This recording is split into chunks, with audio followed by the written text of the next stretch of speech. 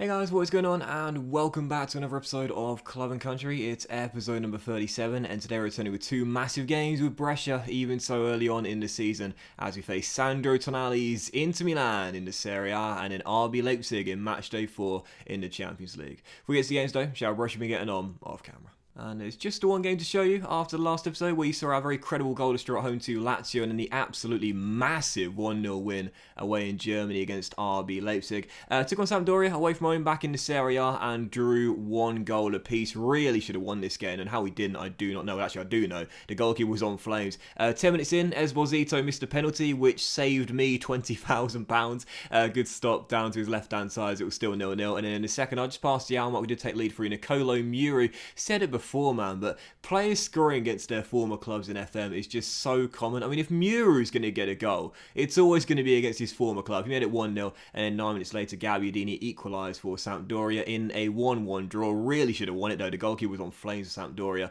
in a disappointing slip-up, where, as you can see on the back of that draw, we are in 6th place right now, have a game in hand on Milan in 8th, for 15 points on the board. It's been a great start for Roma and Juventus, both undefeated to start the campaign off. Inter and Atalanta are all still okay, but you can see there's a bit of a gap developing already between the top 4 and the rest of the teams. Us and Lazio right now 4 and 5 points behind Atalanta and Inter Milan respectively, so already I'm starting to think we can't afford to see these top 4 teams pull away, because I don't think we'll catch up. That's why today's game against Inter Milan is absolutely huge. Cannot afford to lose, but all the top 4 in great form to start the season off. This is a big one already.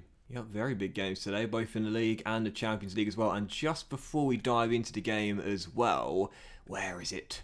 Where is it? There we go. Just before the game, as you can see on Monday, we saw an update regarding the takeover, and as you can see, the Brescia tycoon interest calls, and takeover talks are in danger of collapsing amid rumours that Paul Fool is losing interest in the deal.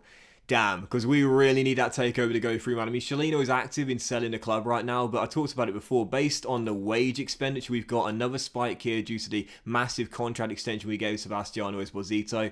We need some more money into this club, because as I talked about it, if we fall out of Europe, we're in trouble. You know, Europa League gives a little bit of money, but the Champions League is the gold standard. Once we fall out of that, and we will fall out of that at some point, we're going to see our budget absolutely plummet. Because you don't get much money in the Serie A in Italian football. We need a takeover ASAP, and that one looks like it's going to fall through. Anyway, first of the two games is indeed Inter Milan, off to a very good start this season with Sandro Tonali running things through the middle of the park. Of course, last season, this was the fixture that effectively won us the title. Sandro Tonali came back, we were motivated, we beat him, and we managed to win the title basically in that game. Not mathematically, but, you know, basically. So another big game here. We cannot afford to lose, and we can redo a back-to-back wins against Inter in the save. Right now, Ninja Boys, you can see down one, still coming back with that damaged kneecap. Everyone else is fine, and this will be our teams. We stick with the Gegan press. Orderi's in goal. Back four is Emerson, Parola, Sistana, and De Pauli, with Storaro, Mergier, and Viviani through the middle. Salcedo on the left, Claudio on the right, and Sebastiano up top. And on the bench, Mola, Armini, Papetti, Bonifazi, Muri, Barbieri, Bisoli, De Sisto, Zaccagni, Borelli, Franchi, and Patagna as well. First to two, massive game in the Serie A early. Inter Milan, Forza Brescia. Hang on a second. Where's Sandro Tonali? He must be injured. They haven't sold him. I know they've not sold him, so he must be injured for the game. Is he, Yep, there he is, injured Sandro Tonali with a pulled calf muscle. Oh, yeah, right. Yeah, sure. Ever present in the Serie A. Yeah, of course he's got a pulled calf muscle. Of course he has. He's running scared of Brescia. He don't want to face us again. But, yeah, big game so early on the season. Very inconsistent start to the campaign. And again, the top 4, I do have a feeling they are going to run away and we won't be able to catch them. That'll mean that us and Lazio and Milan won't be able to catch up as the season goes by. Can't afford a loss in this game. A draw is fine, but a defeat will be disastrous. It was so funny when the save began. Everyone was like, oh yeah, Sandro Tonali in your team. I was like, he's not going to be here forever. It'll be gone after a season or 2 max. That's exactly what happened. There was no way we were going to keep Tonali longer than 2 seasons at the absolute most. And I knew we'd have to get a hero from somewhere else, and Sebastiano has turned in to that guy. I talked about it. It's Sebastiano's team now. On the wages he's on, he's basically getting paid more than the rest of the team combined. Anyway, half-time approaching, still 0-0 defensively this season, man. We have been superb. Inter looking the better team, statistically speaking, but not a single highlight in the first half. But I would take a goalless draw every day of the week. Stops them from extending the gap, and it'll be a credible point, and yet another clean sheet for us. Half an hour to go, still 0-0. Going to swap Storaro and Mergier's roles around. I just never, ever, ever like to risk a ball in a midfielder on a booking. He can't play in the week due to being suspended for that clash against RB Leipzig.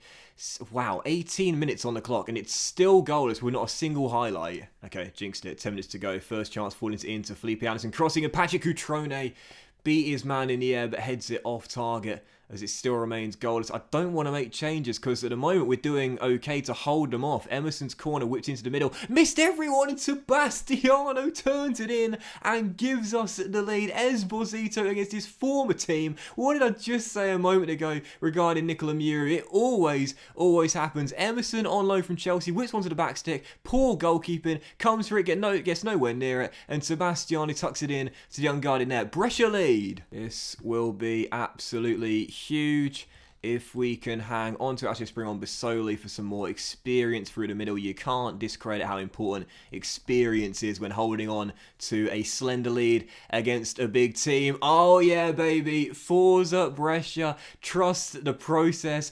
Back on track with our first big scalp of the season. 1-0 to the boys. Esposito gets it done. An individual error from the goalkeeper, but I'll certainly take it. And yet another clean sheet for Brescia as well. Defensively this season, absolutely superb. Couldn't afford a loss, and that is absolutely huge. We'll process through the rest of the Saturday fixtures because they're all really big games. Roma just beat Lazio. In a way, I'm kind of happy about that because Roma at the moment looks as if they're going to run away for it in the Rome derby there. And as for Juventus versus Napoli, again, I'd rather Juventus win this one, and they lost 2 late goals from Napoli. Wow, 3 late goals in the game as Napoli get the big win. I'd rather see Roma and Juve just pull away and have a 2-horse race to the title. I talked about it. We're not going to win the title this season. We're not going to retain it, so I don't really care who goes clear. And I just want to make sure there's at least 2 spots available to catch up for in the race to the Champions League. With 2 points behind our rivals Atalanta, they have the game in hand. 2 points behind Inter. We got the better head-to-head record, and we're also 2 points clear even, of Lazio in 10th place, so Sassuolo in 8th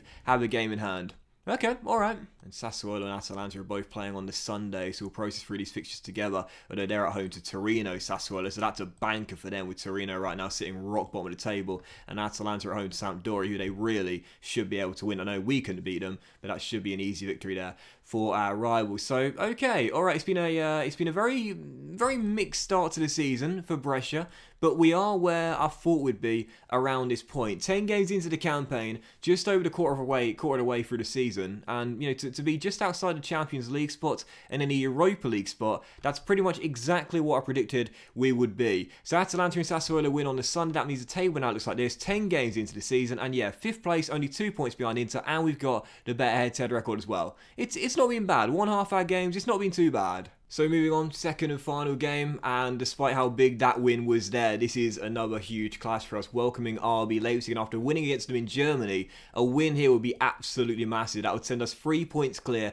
and we'll be guaranteed to finish out with a better head-to-head record as well. I expect Spurs to beat Shakhtar pretty comfortably away in Ukraine, as they've lost their first 3, so this is a huge game for both teams. The loser will be facing the very strong prospect that they will be heading home. Despite our win in Germany, I'll definitely say we're underdogs for the game. I'll make 2 changes to the lineup, stick with the 4-1-2-3, and this will be our team. Storaro, by the way, just got an injury in training, is out for 2 to 3 weeks. Crucial blow there. That means he should miss the Spurs game on match day 6. So, yeah, would he?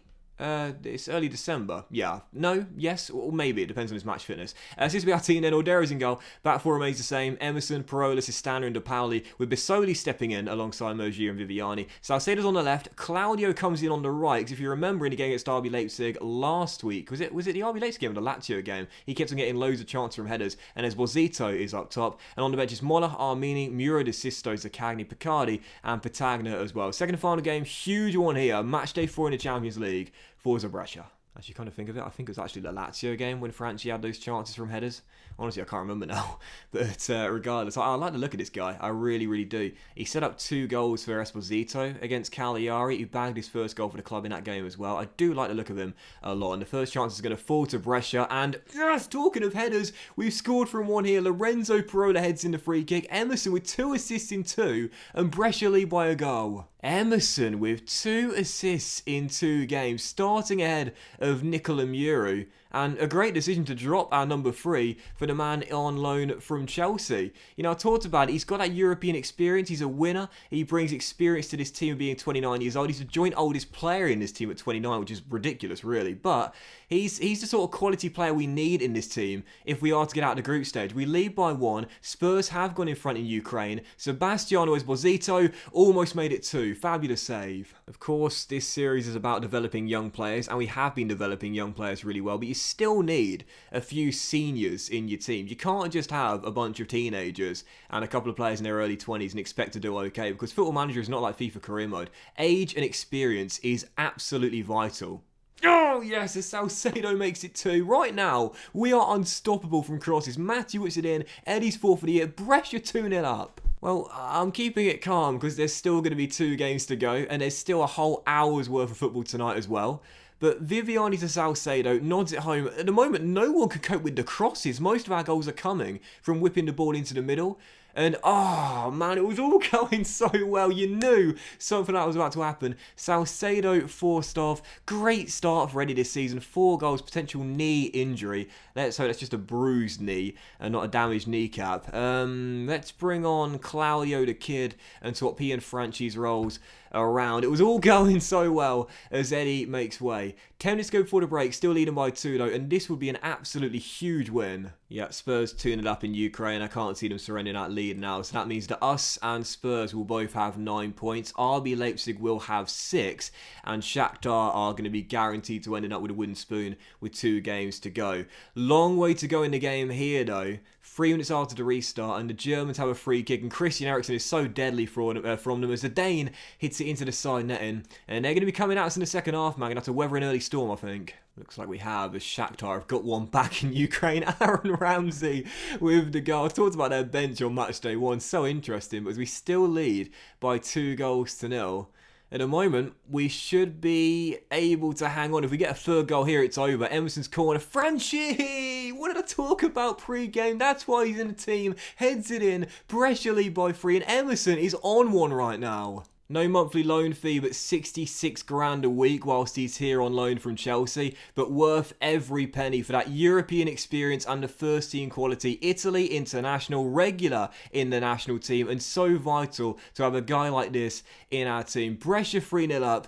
This is going to be one of our best wins, if not our best win of the series, man. And we're not stopping with the crosses. Fabio De Paoli beats his man.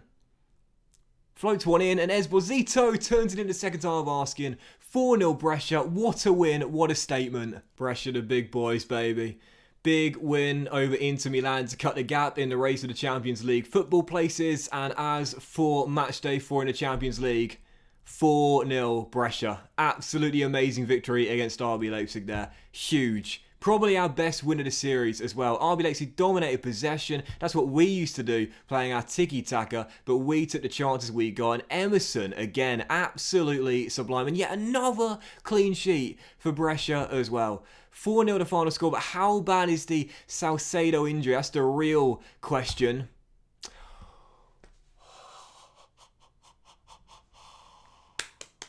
Okay. All right. Damn, 5 to 6 week injury. Well, that is huge. That means he's going to miss both of our remaining Champions League clashes, some big league games as well. That's huge. Huge win for Brescia, and now I believe we're just 1 win away from guaranteeing qualification to the knockout stages as well. In fact, I think that's right. I think if we beat Shakhtar in matchday 5, then we will be there if RB Leipzig fail to beat Spurs. I think. You guys know me, man. My maths is terrible, but I think that's right. I think if we win in Ukraine against Shakhtar, we will have guaranteed it, unless RB Leipzig beat Spurs. I think that'll do it. I think that'll definitely do it. And as our balance rises to 45 million as well, courtesy of the extra 2.3 mil we get for the win against RB Leipzig. Again, this is why it's so crucial we stay in the Champions League. We don't get this sort of money in the Serie A. In fact, in the Serie A, you get 4 million for winning the title at the end of the season. You get 4 million. We get more than half of that for one win in Champions League. We've made more than what we got for winning the title last season in 4 games in the Champions League. That is why it's so vital we stay in this competition. Otherwise, financially, we are going to sink like the bloody Titanic. But that was today's episode of Club and Country, guys. So big thank you for watching. Really hope you have enjoyed. If you did enjoy the episode, then please drop a like. Much love to you. Have a fantastic day, and we'll return with games against. Well, again, I think if we win on match day 5, we guarantee qualification. But I expect us to do it regardless, so just in case we don't, we'll return with Spurs at home and Sassuolo, who have had a great start to the season in Serie A as well, as we'll aim to secure qualification to knockout stage. Have a great day, guys, much love, and I'll see you for the next episode of Club and Country very soon.